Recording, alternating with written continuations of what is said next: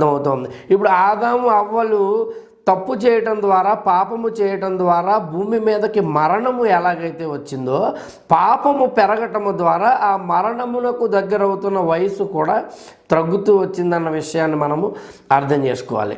ఇక్కడ మనకి తెలుస్తున్న విషయం ఒకటేనండి, పాపము పెరుగుట ద్వారా వయస్సు తగ్గిపోతూ వస్తుంది. మనము పాపము లేని వారిగా జీవించినట్లయితే, నిందారహితులుగా జీవించినట్లయితే, దేవునికి ఇష్టలుగా ఆయన దృష్టిలో మనం కనపడినట్లయితే, ఏ పాపము చేయని వారిగా మనం ఉన్నట్లయితే మన బ్రతుకు దినములు భూమి మీద కాదు కానీ తర్వాత నిత్యత్వంలో అనేక దినములు మనము యేసయ్యతో పాటు జీవించి ఉంటాం. ఈ మరణం అయిపోయిన తర్వాత ఇంకా మనం బ్రతికే రోజులు చాలా ఉన్నాయి.